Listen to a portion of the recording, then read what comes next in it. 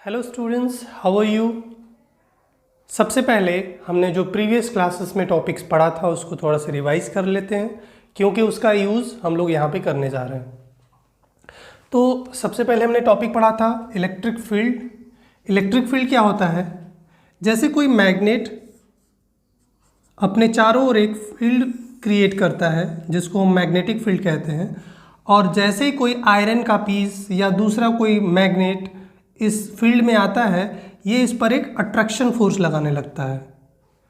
ठीक उसी तरह से कोई चार्ज पार्टिकल या कोई चार्ज बॉडी अपने चारों ओर एक इलेक्ट्रिक फील्ड प्रोड्यूस करती है, और जैसे ही कोई दूसरा चार्ज पार्टिकल इस इलेक्ट्रिक फील्ड में इंटर करता है, ये तुरंत उस पर एक अट्रैक्शन या रिपल्सन फोर्स अप्लाई करने लगता है। अब इस इलेक्ट्रिक फील्ड की स्ट्रेंथ सभी पॉइंट पे इक्वल नहीं होती है। चार्ज पार्टिकल जो कि इलेक्ट्रिक फील्ड प्रोड्यूस कर रहा है, उसके नज़दीक ये इलेक्ट्रिक फील्ड स्ट्रॉन्ग होता है, और जैसे जैसे दूर जाते हैं इलेक्ट्रिक फील्ड की इंटेंसिटी डिक्रीज होने लगती है। अब किसी पॉइंट पर इलेक्ट्रिक फील्ड की इंटेंसिटी कितनी होगी, ये चेक करने के लिए हम एक टेस्ट चार्ज यूज़ करते हैं, और ये टेस्ट चार्ज बहुत ही स्मॉल चार्ज होता है जो कि इसके इलेक्ट्रिक फील्ड को इफेक्ट नहीं करता है। सो एक चार्ज हो गया जो इलेक्ट्रिक फील्ड प्रोड्यूस कर रहा है, इसको हम सोर्स चार्ज कहेंगे, और दूसरा चार्ज इस इलेक्ट्रिक फील्ड की इंटेंसिटी को मेज़र करने के लिए यूज़ करते हैं, इसको हम टेस्ट चार्ज कहते हैं।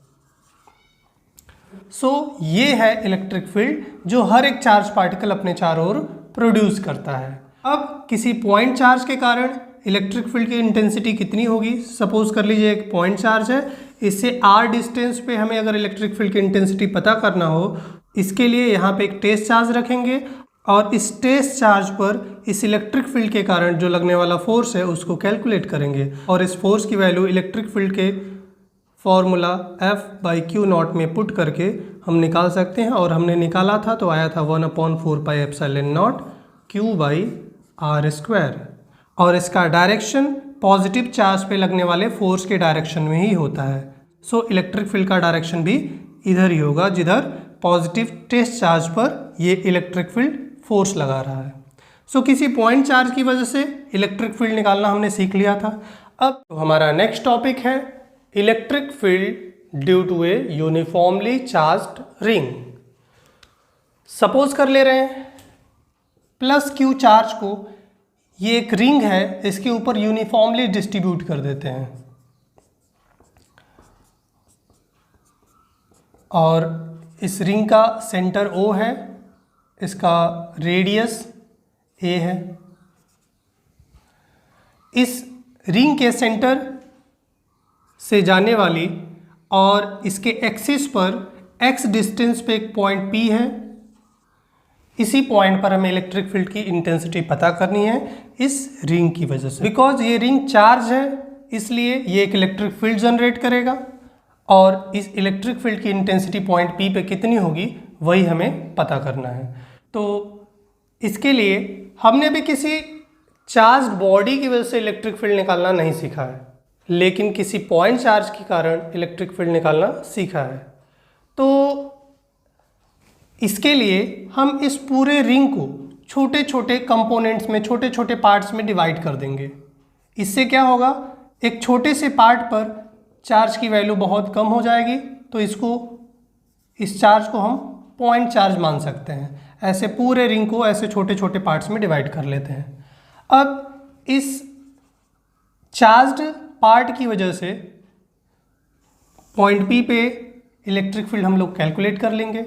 मान लेते हैं इस एलिमेंट से पॉइंट P का डिस्टेंस r है। सो इस एलिमेंट के कारण पॉइंट P पे इलेक्ट्रिक फील्ड कितना हो जाएगा?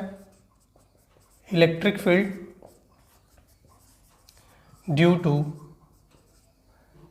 चार्ज्ड एलिमेंट, इसका नाम रख देते हैं AB। सो ये हो जाएगा delta E is equal to 1/4πε0 delta Q/r²। और इसका डायरेक्शन पता करने के लिए यहाँ पे एक टेस्ट चार्ज रखेंगे, positive test charge.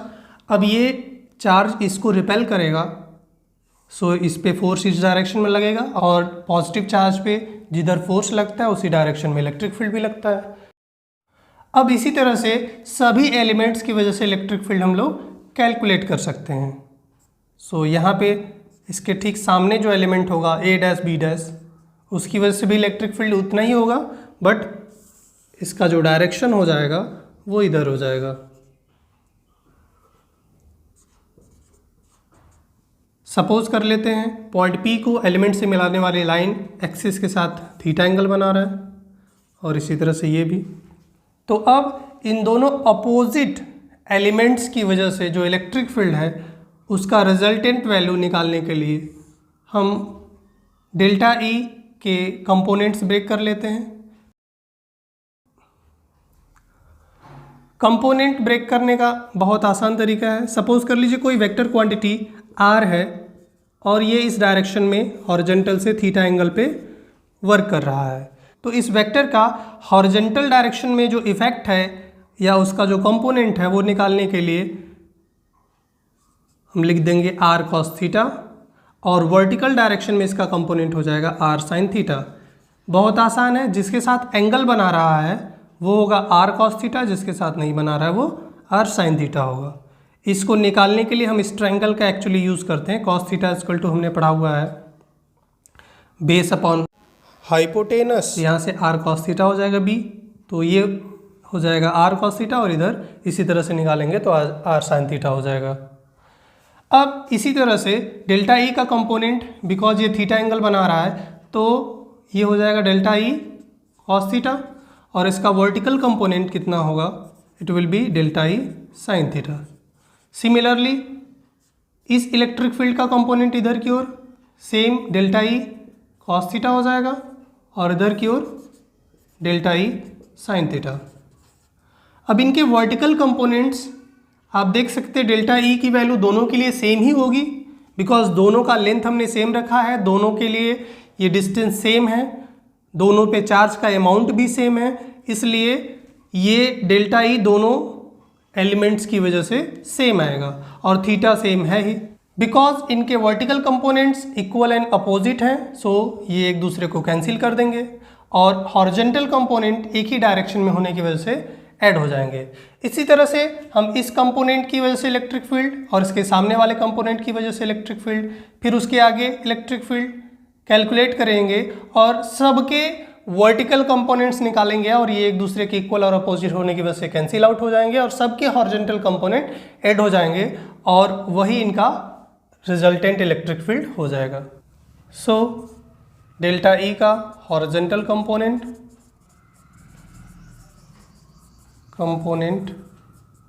Of delta E हो जाएगा डेल्टा E cos थीटा और इसकी वैल्यू आ जाएगी, डेल्टा E की वैल्यू यहाँ से पुट कर देते हैं, सो 1/4 pi epsilon naught delta Q by R square cos theta.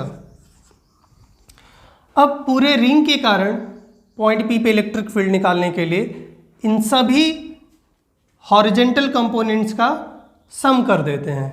So intensity of electric field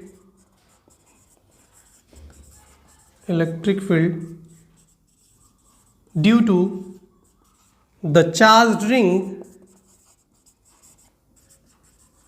हो जाएगा E equal to summation delta E cos theta. So delta E cos theta की value अगर यहाँ पुट कर दें तो हो जाएगा 1/4 pi epsilon naught delta Q by R square cos theta.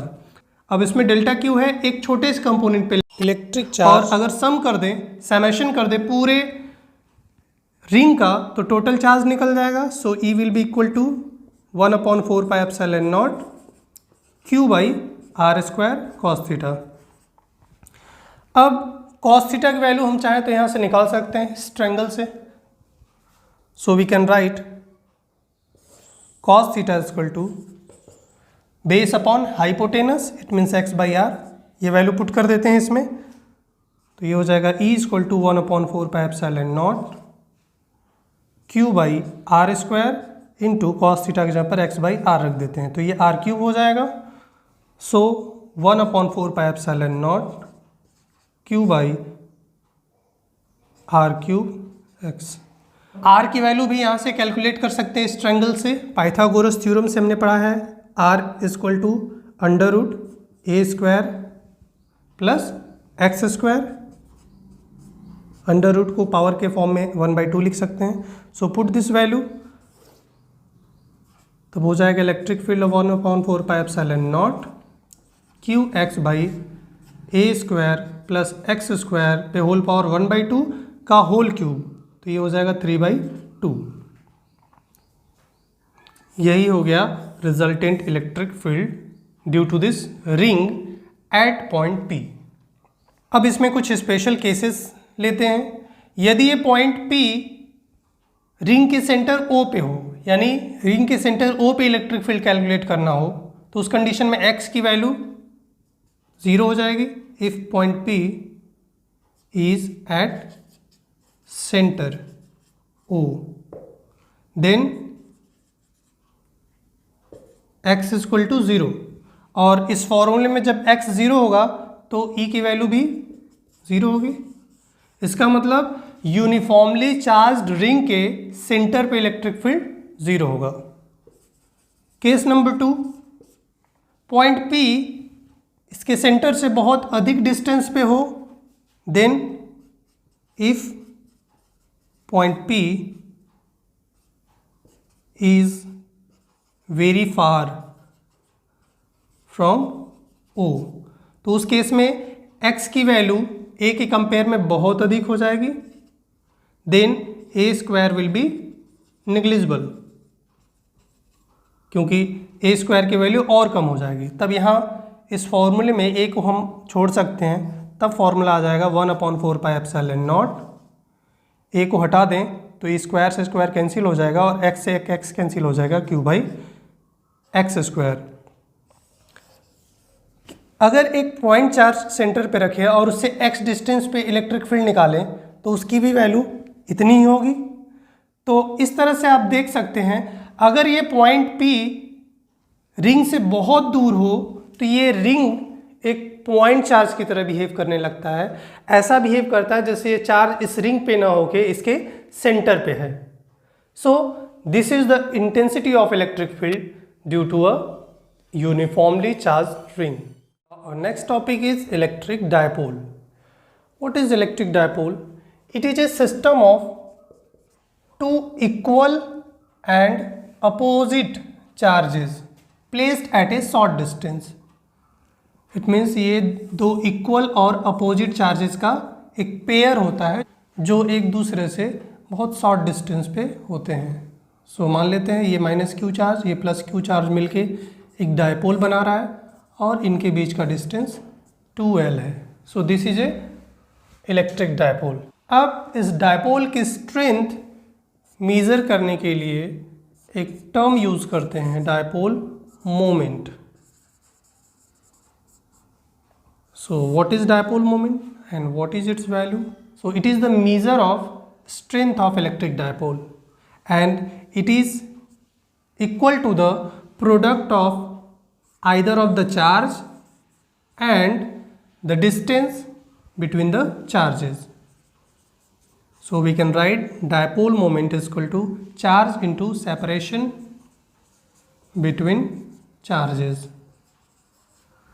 इसको P से रिप्रेजेंट करते हैं, P is equal to Q into 2L। Q है चार्ज, दोनों में से कोई भी चार्ज ले सकते हैं बिकॉज दोनों की वैल्यू सेम ही है, Q और दोनों के बीच का डिस्टेंस 2L। डायपोल मोमेंट एक वेक्टर क्वांटिटी होती है, it is a vector quantity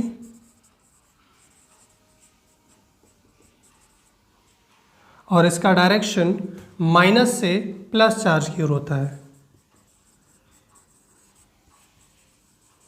-q to +q। इसका यूनिट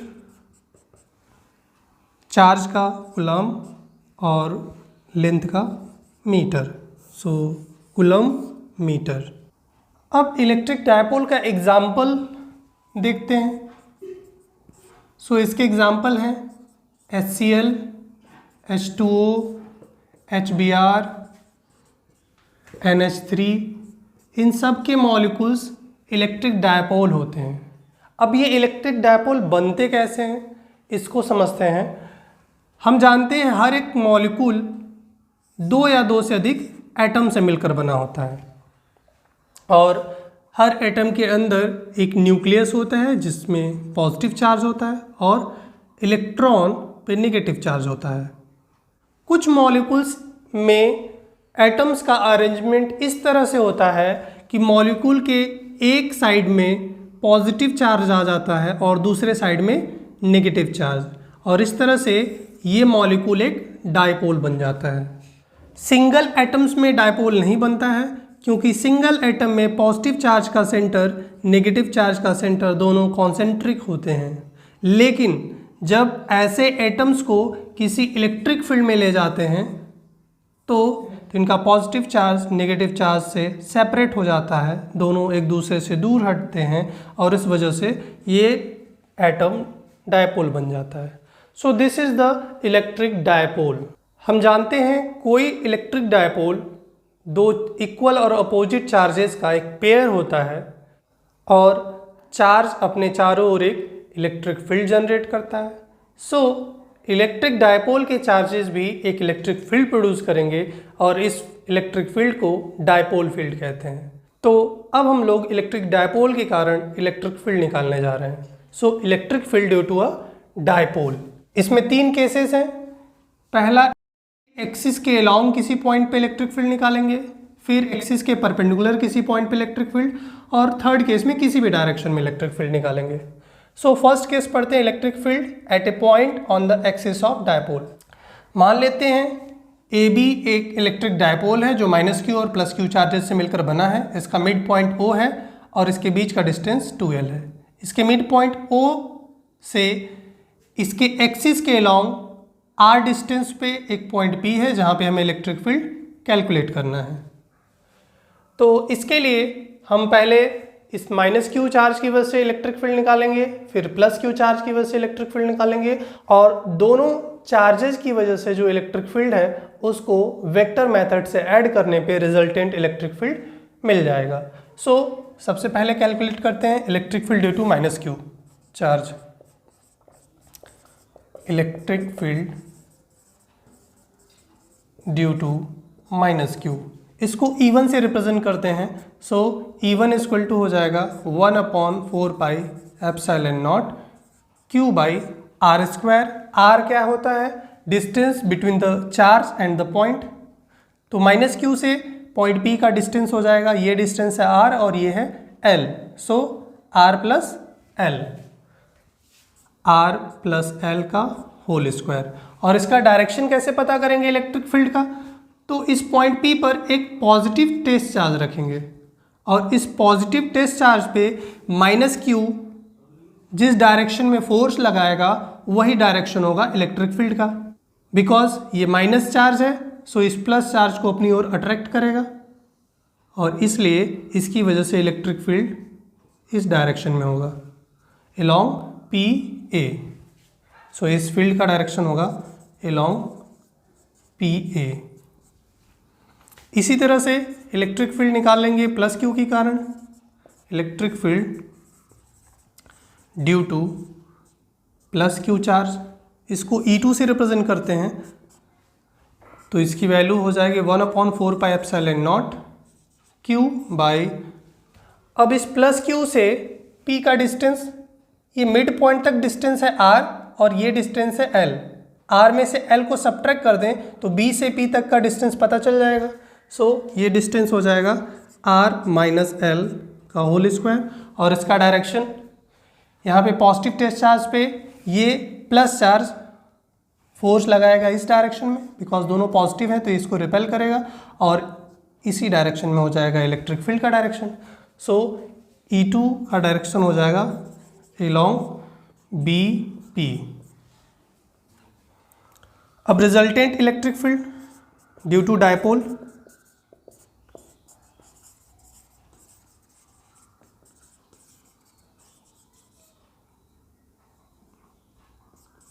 इसके लिए इन दोनों इलेक्ट्रिक फील्ड्स को वेक्टर मेथड से ऐड कर देंगे। अब दो वेक्टर्स को ऐड करना आपने सीखा है क्लास 11th में। सपोज कर लीजिए ए और बी ये दो वेक्टर्स हैं और इनके बीच का एंगल थीटा है। तो इनका रिजल्टेंट निकालने का तरीका हमने पढ़ा था। अगर ये आर हो resultant, so R is equal to under root A square plus B square plus 2ab cos theta. इस फॉर्मूले से निकाल सकते हैं हम लोग। और इस रिजल्टेंट का वेक्टर ए के साथ डायरेक्शन निकालने के लिए अगर ये एंगल अल्फा हो तो tan alpha equal to B sine theta upon A plus B cos theta. ये फॉर्मूला पढ़ा था डायरेक्शन के लिए और ये इसके मैग्नीट्यूड के लिए।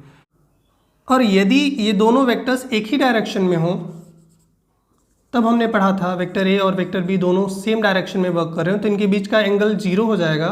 और इस केस में इनका रिजल्टेंट आता था R equal to A plus B और उसका डायरेक्शन इन दोनों के अलोंग ही रहेगा।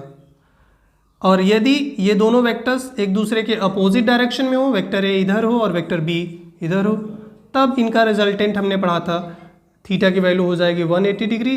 सो इसमें अगर रख देंगे तो ये आ जाएगा आर की वैल्यू ए माइनस बी या बी माइनस ए, जो भी मैग्नीट्यूड में अधिक होगा उसमें से सबट्रैक्ट कर देंगे और इसका डायरेक्शन जो बड़ा वेक्टर होगा उसी के डायरेक्शन में होगा। और अगर ये दोनों एक दूसरे के परपेंडिकुलर हों तो थीटा की वैल्यू 90 डिग्री होगा। और उस केस में इनका रिजल्टेंट निकालने का फॉर्मूला हमने पढ़ा था R equal to under root A square plus B square और इसका डायरेक्शन के लिए tan alpha equal to B by ए।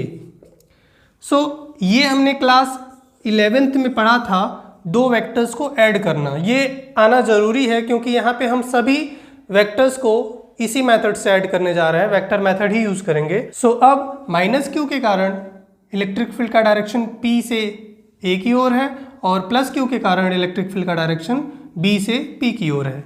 ये दोनों इलेक्ट्रिक फील्ड एक दूसरे के अपोजिट हैं और इसलिए resultant electric field due to the dipole will be E equal to E1 minus E2 और E2 माइनस E1, जो बड़ा होगा उसमें से छोटे को सबट्रैक्ट करेंगे। दोनों का मैग्नीट्यूड यहाँ पे सेम है लेकिन माइनस क्यू का डिस्टेंस अधिक है, इसलिए इसके कारण यहाँ पे इलेक्ट्रिक फील्ड कम होगा। क्योंकि हमने पॉइंट चार्ज की वजह से इलेक्ट्रिक फील्ड पढ़ा था, दो फैक्ट्स पे डिपेंड करता है, एक तो चार्ज पे दूसरा आर पे। आर अगर अधिक होगा तो ई की वैल्यू कम होगी। यहाँ पे दोनों चार्जेस तो सेम है बट डिस्टेंस दोनों का अलग अलग है। आर का डिस्टेंस माइनस क्यू से पी तक अधिक है, इसलिए इसके कारण यहाँ पे इलेक्ट्रिक फील्ड कम होगा यानी E1 कम होगा। सो इलेक्ट्रिक फील्ड हो जाएगा E2 माइनस E1। अब E2 की वैल्यू पुट कर देते हैं, ये है 1/4 pi epsilon naught Q upon R minus L का whole square minus 1/4 pi epsilon naught Q by R plus L का whole square. Q 4 pi epsilon naught common है, इसको कॉमन कर लेते हैं। सो ये हो जाएगा Q upon 4 pi epsilon naught 1 by R minus L का whole square minus R plus L का होल स्क्वायर। अब 1 Q upon 4 pi epsilon naught, इसका एलसीएम ले लेते हैं, R माइनस L का whole square R plus L का whole square. So R plus L का होल स्क्वायर माइनस, इससे कैंसिल हो जाएगा, अब बचेगा R माइनस L का whole square. A plus B के होल स्क्वायर से इसको ब्रेक कर देते हैं। सो ये आ जाएगा A square plus B square plus 2ab 2RL minus ये हो जाएगा A square plus B square minus 2ab। लेकिन माइनस का जब मल्टीप्लाई करेंगे तो ये साइन अंदर के चेंज हो जाएंगे, फॉर्मूला इस तरह से हो जाएगा अपॉन, इसको हम R minus L R plus L का होल स्क्वायर लिख सकते हैं। So R minus L R plus L A plus B A minus B के फॉर्मूले से हो जाएगा R square minus L square का होल स्क्वायर। अब आप देखिए ये R square minus R square plus L square minus L square cancel हो जाएगा। सो अब 2RL 4RL हो जाएगा। सो Q upon 4 pi epsilon naught, this is 4RL upon R square minus L square का होल स्क्वायर। अब 4RL को हम 2R इंटू 2L भी लिख सकते हैं और Q इंटू 2L को हम dipole moment of the electric dipole लिख सकते हैं।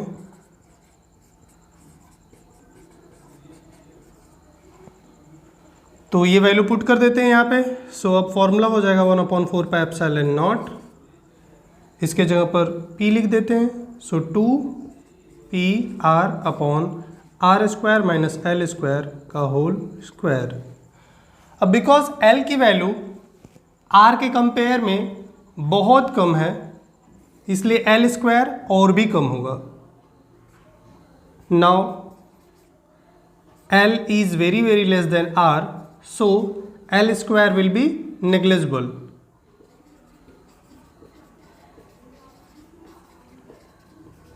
इसलिए हम L स्क्वायर को छोड़ भी सकते हैं। तब फॉर्मूला बन जाएगा E equal to 1/4 pi epsilon naught 2PR।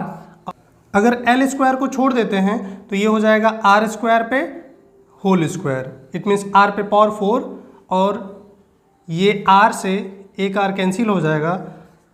तब ये फॉर्मूला बन जाएगा electric field due to dipole in axial condition 1/4 pi epsilon naught 2P/R³। So ये हो गया इलेक्ट्रिक फील्ड डायपोल के एक्सियल कंडीशन में, इसके एक्सिस पे किसी पॉइंट पर। अब हम बात करने जा रहे हैं electric field due to dipole in equatorial condition. It means at a point on its equatorial axis. Equatorial axis का मतलब इसके एक्सिस के परपेंडिकुलर मिड पॉइंट से जाने वाली लाइन के किसी पॉइंट पर हमें इलेक्ट्रिक फील्ड निकालना है। सो सबसे पहले हम -Q के कारण P पे इलेक्ट्रिक फील्ड निकालेंगे और इसके लिए हमें ये डिस्टेंस चाहिए। ये डिस्टेंस L है और ये R है। सो ये हाइपोटेनस होगा और पाइथागोरस थ्योरम से इसकी वैल्यू हो जाएगी R² प्लस L स्क्वायर। इसी तरह से फिर +Q के कारण यहाँ पे इलेक्ट्रिक फील्ड निकालने के लिए हमें ये डिस्टेंस चाहिए और ये भी उतना ही होगा। सो हम देख रहे हैं यहाँ पे दोनों चार्ज भी इक्वल है और ये डिस्टेंस भी इक्वल है, तब दोनों की वजह से इलेक्ट्रिक फील्ड भी इक्वल ही होगा। सबसे पहले -Q के कारण इलेक्ट्रिक फील्ड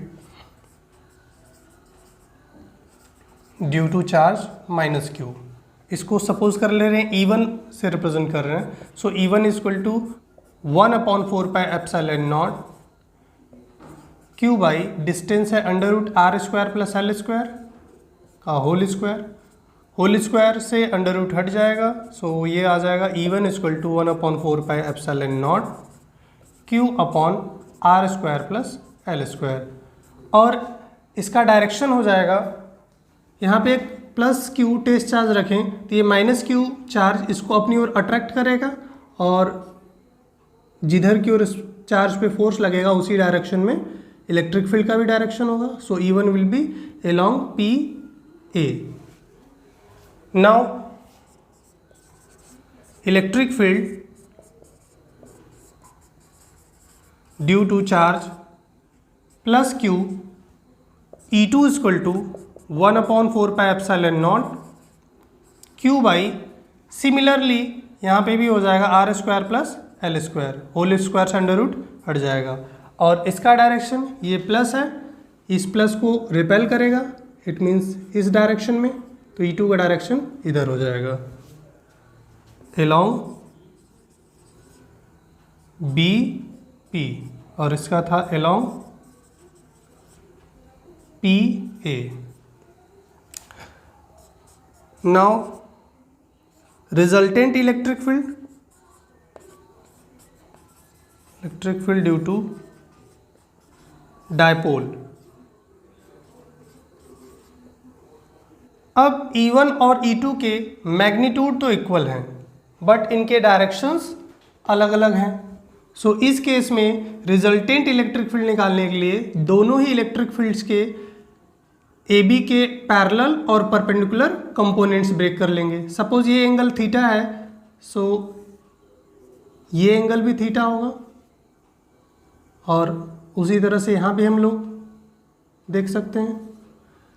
सो E1 का हॉरिजॉन्टल डायरेक्शन में कंपोनेंट हो जाएगा E1 cos थीटा, बिकॉज इसके साथ ही एंगल बना रहा है, और वर्टिकल डायरेक्शन में हो जाएगा E1 sin थीटा।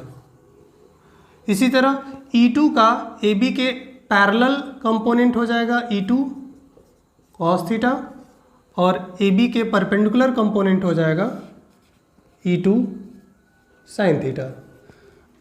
अब E2 sin थीटा और E1 sin थीटा एक दूसरे के इक्वल और अपोजिट हैं, सो एक दूसरे को कैंसिल कर देंगे, और E1 cos थीटा और E2 cos थीटा एक ही डायरेक्शन में होने की वजह से ऐड हो जाएंगे। Horizontal components of electric fields due to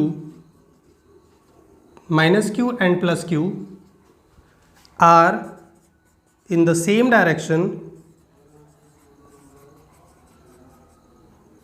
so they will be add up.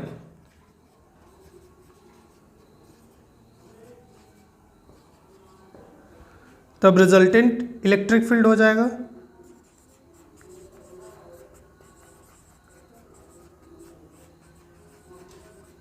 Due to dipole हो जाएगा E = E1 cos theta plus E2 cos theta.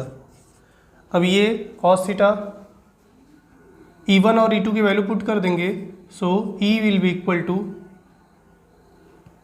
1/4 pi epsilon naught Q/r² plus L², और E2 की value भी उतनी ही होगी, सो ये common हो जाएगा, इसमें बचेगा cos theta plus cos theta, it means 2 cos theta. So E = 1/4 pi epsilon naught Q/r² plus L² 2 cos theta. अब cos थीटा की वैल्यू हम लोग इस ट्रायंगल में निकाल सकते हैं। It is base upon hypotenuse, base है L और हाइपोटेनस है r² प्लस L² पे होल पावर 1/2। ये वैल्यू यहाँ पुट कर देते हैं, सो अब हो जाएगा E = 1/4 pi epsilon naught Q/r² plus L² into 2L upon r² plus L² पे होल पावर 1/2। अब ये 1 और 1/2 ये हो जाएगा 3/2, सो E = 1/4 pi epsilon naught Q into 2L upon r² plus L² पे होल पावर 3/2। अब Q इंटू 2L को हम लोग लिख सकते हैं डायपोल मोमेंट P, सो ये वैल्यू पुट कर देंगे, तब हो जाएगा E = 1/4 pi epsilon not P/r² plus L² पे होल पावर 3/2। सेम वही step, L is very very less than R, so L² will be negligible. तो L² को इस फॉर्मूले में से हटा भी सकते हैं, तब फॉर्मूला बन जाएगा E = 1/4 pi epsilon naught P upon ये हो जाएगा r² पे होल पावर 3/2 को लिख सकते हैं इस तरह से, 2 से 2 कैंसिल हो जाएगा। So electric field due to dipole in equatorial condition E = 1/4 pi epsilon naught P upon r³, और इसका डायरेक्शन हो जाएगा इन्हीं के डायरेक्शन में, इट मीन्स B से A की ओर along B to A। अब इससे पहले हमने डायपोल के एक्सियल कंडीशन में इलेक्ट्रिक फील्ड निकाला था, फॉर्मूला यहाँ पे था 2p/r³ और इसमें p/r³ है। इट मीन्स एक्सियल कंडीशन में इलेक्ट्रिक फील्ड इक्वेटोरियल कंडीशन में इलेक्ट्रिक फील्ड का डबल होता है।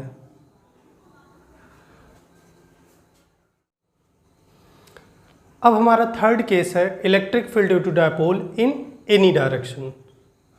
सो मान लेते हैं ये एक डायपोल है AB जो -q और +q चार्जेस से मिलकर बना है। इसका मिड पॉइंट है O। इसका डायपोल मोमेंट हो जाएगा -q से +q की ओर, यानी इस डायरेक्शन में। हमें इसके एक्सिस से थीटा एंगल पे जाने वाली लाइन पर एक पॉइंट P है और इसी पॉइंट पे इलेक्ट्रिक फील्ड कैलकुलेट करना है। तो अब इस केस में हम डायपोल मोमेंट P को इसके एलॉन्ग और इसके परपेंडिकुलर कंपोनेंट्स में ब्रेक करेंगे। सो इसके एलॉन्ग जो कंपोनेंट होगा वो हो जाएगा, ये P है, सो ये हो जाएगा, इसके साथ एंगल बन रहा है, सो ये हो जाएगा P cos थीटा। और इसके परपेंडिकुलर डायरेक्शन में जो डायपोल मोमेंट होगा P sin थीटा। अब इस P cos थीटा और P sin थीटा के कारण यहाँ पे हमें इलेक्ट्रिक फील्ड निकालना है। अब बिकॉज P cos थीटा के एक्सिस पर ये पॉइंट P है और P sin थीटा के इक्वेटोरियल पॉइंट पर, तो P cos थीटा के कारण इलेक्ट्रिक फील्ड पहले निकालेंगे। Electric field due to P cos theta, so E1 equal to हो जाएगा 1/4πε0। P cos थीटा के एक्सिस के लॉन्ग है, सो आपने पढ़ा था एक्सिस के लॉन्ग इलेक्ट्रिक फील्ड का फॉर्मूला 1/4πε0 2p/r³। 2p की जगह पर P cos theta by r³। r है मिड पॉइंट से इसका डिस्टेंस पॉइंट P का, और इसका डायरेक्शन हो जाएगा इसी के along, it means in this direction E1। इसी तरह से P sin थीटा के इक्वेटोरियल पॉइंट पे है, so electric field due to P sin theta ये हो जाएगा E2 equal to equatorial condition में 1/4πε0 p/r³ होता है, और यहाँ पे P की जगह पर P sin थीटा है, सो ये हो जाएगा। और इक्वेटोरियल कंडीशन में इलेक्ट्रिक फील्ड का डायरेक्शन इसके पैरेलल होता है, इट मीन्स ये OP के परपेंडिकुलर होगा E2। सो इसका डायरेक्शन हो जाएगा along OP और इसका परपेंडिकुलर टू OP। अब E1 और E2 एक दूसरे के परपेंडिकुलर हैं, सो इस केस में हमने बताया था वेक्टर्स को कैसे ऐड करते हैं, इनका रिजल्टेंट कैसे निकालते हैं। So resultant electric field due to dipole हो जाएगा E equal to √E1² plus E2²। E1 की वैल्यू 1/4πε0 2p cos थीटा का होल स्क्वायर, E2 के वैल्यू इतने का होल स्क्वायर, इसमें होल स्क्वायर में है ये, इसलिए अंडर रूट से बाहर आ जाएंगे। सो E इक्वल टू आ जाएगा 1/4πε0 p/r³ और अंडर रूट के अंदर बचेगा 2 cos थीटा का होल स्क्वायर प्लस इसमें बचेगा sin थीटा का square. So E equal to 1/4πε0 p/r³ under root 4 cos square theta plus sin square theta. sin square को अगर cos के फॉर्म में कन्वर्ट करना हो तो हो जाएगा E equal to 1/4πε0 p/r³ under root 4 cos square theta plus 1 minus cos square theta. So 4 cos square theta में से cos स्क्वायर थीटा सब्ट्रैक्ट हो जाएगा, electric field due to dipole हो जाएगा E equal to 1/4 pi epsilon naught P by are cube under root 1 plus 3 cos square theta. और इस resultant electric field का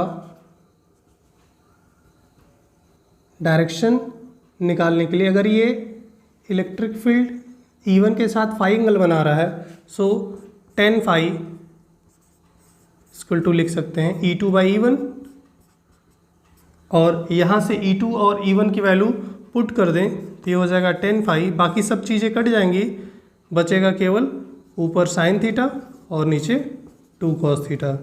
सो it will be tan phi equal to 1/2 tan theta. Theta की value put करके phi हम लोग calculate कर सकते हैं।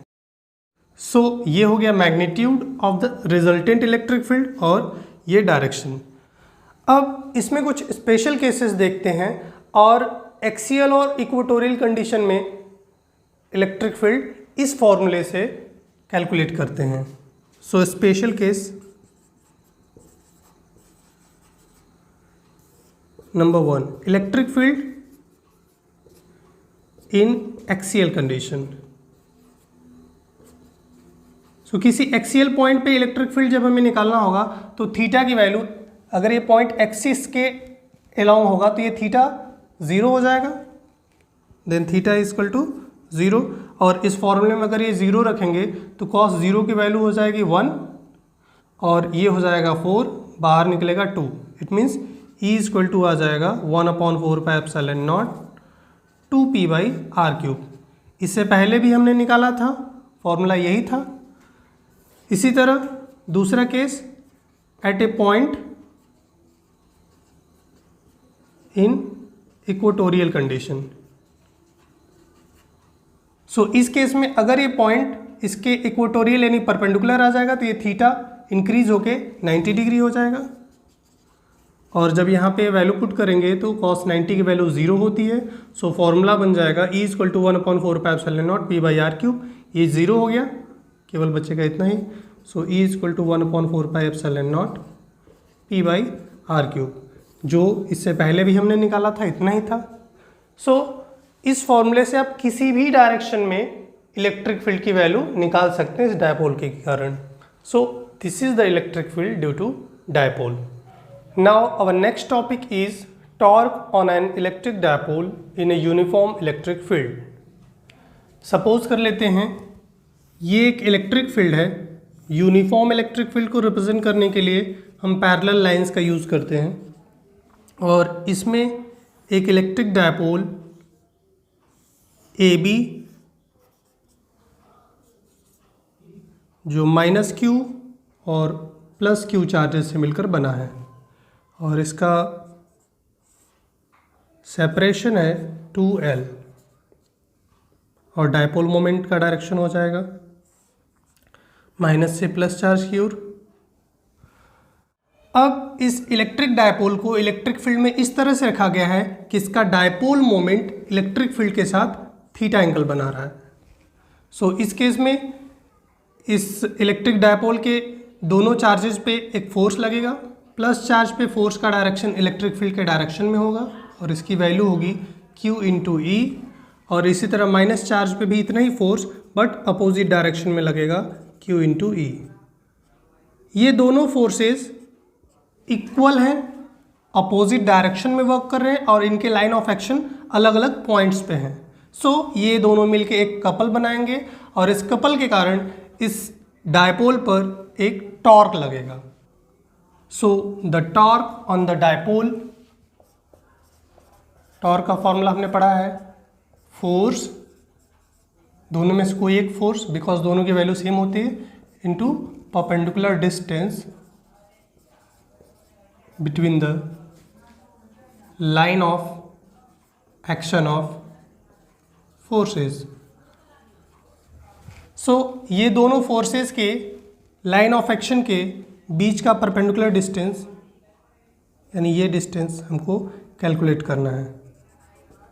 ये एंगल थीटा है, ये डिस्टेंस 2l है, तो इसका horizontal component 2l cos theta होगा और vertical component 2l sin theta होगा, और जो ये डिस्टेंस होगा वही डिस्टेंस ये भी होगा। So this distance will be 2l sin theta. So this is the perpendicular distance. तो अब टॉर्क हो जाएगा टाउ इक्वल टू फोर्स लगता है Q into E into perpendicular distance इनके बीच का 2l sin थीटा। बट हम लोगों ने पढ़ा है Q into 2l equal to dipole moment P। So यहाँ पे वैल्यू पुट कर देंगे तो टॉर्क हो जाएगा tau equal to P E sin theta. इस टॉर्क का डायरेक्शन डायपोल मोमेंट और इलेक्ट्रिक फील्ड दोनों के ही परपेंडिकुलर होता है। सो हम इसको कह सकते हैं टॉर्क डायपोल मोमेंट और इलेक्ट्रिक फील्ड के वेक्टर प्रोडक्ट के इक्वल होगा।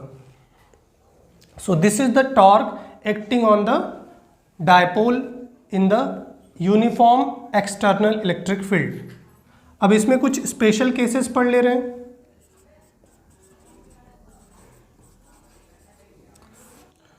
फर्स्ट केस है when electric dipole is aligned in the direction of electric field। इसका मतलब इस डायपोल को अगर हम रोटेट करके इलेक्ट्रिक फील्ड के डायरेक्शन में अलाइन करते हैं, इसका डायपोल मोमेंट इलेक्ट्रिक फील्ड के डायरेक्शन में हो, तो इस केस में डायपोल मोमेंट और इलेक्ट्रिक फील्ड के बीच का एंगल 0 हो जाएगा। So theta will be 0. Then torque on the dipole tau is equal to PE sin 0 या 0 आ जाएगा। इसका मतलब इस डायपोल पे कोई टॉर्क नहीं लगेगा, क्योंकि अगर ये इलेक्ट्रिक डायपोल इलेक्ट्रिक फील्ड के डायरेक्शन में अलाइन हो जाएगा तो उस केस में दोनों फोर्सेस एक दूसरे के इक्वल और अपोजिट होंगे और इनके लाइन ऑफ एक्शन भी एक ही डायरेक्शन में होने के कारण ये दोनों एक दूसरे को कैंसिल कर देंगे, और इस कंडीशन में डायपोल मोमेंट पैरेलल हो जाता है इलेक्ट्रिक फील्ड के, और इस कंडीशन को स्टेबल इक्विलिब्रियम कहते हैं। This is called stable equilibrium.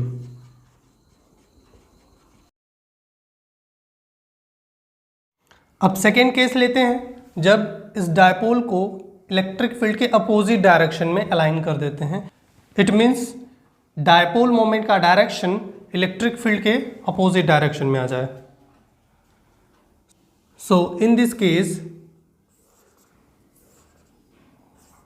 Dipole will be like this, plus charge, और डायपोल मोमेंट का डायरेक्शन अब इधर हो जाएगा, इलेक्ट्रिक फील्ड इधर है ही। अब इन पे लगने वाले फोर्सेस इक्वल और अपोजिट होंगे और एक ही डायरेक्शन में भी अलाइन है, और इसलिए इनका रिजल्टेंट 0 होगा, टॉर्क 0 हो जाएगा। So when dipole is align opposite to direction of vector E, it means electric field के अपोजिट डायरेक्शन में होगा। In that case theta will be 180, so torque on the dipole will be again 0। और इस condition में भी electric dipole equilibrium में होगा, उस पर रिजल्टेंट फोर्स 0 होगा, और इस कंडीशन को हम अनस्टेबल इक्विलिब्रियम कहते हैं। सो स्टेबल इक्विलिब्रियम में भी टॉर्क 0 था और अनस्टेबल इक्विलिब्रियम में भी। बस स्टेबल इक्विलिब्रियम में डायपोल मोमेंट का डायरेक्शन इलेक्ट्रिक फील्ड के डायरेक्शन में होता है और अनस्टेबल में इलेक्ट्रिक फील्ड के अपोजिट डायरेक्शन में। अब थर्ड केस लेते हैं, केस नंबर 3। अब इसको अलाइन करके परपेंडिकुलर कर देते हैं इलेक्ट्रिक फील्ड के। When vector P is perpendicular to vector E, then theta will be 90 degree और टॉर्क हो जाएगा PE sin 90। साइन की मैक्सिमम वैल्यू 90 डिग्री के लिए होती है, सो इस केस में टॉर्क भी मैक्सिमम होगा और इसकी वैल्यू होगी पी ई के बराबर। सो torque will be maximum when the direction of dipole moment is perpendicular to the direction of electric field. So this is the torque on an electric dipole in a uniform external electric field. That's all for today. Thank you for watching.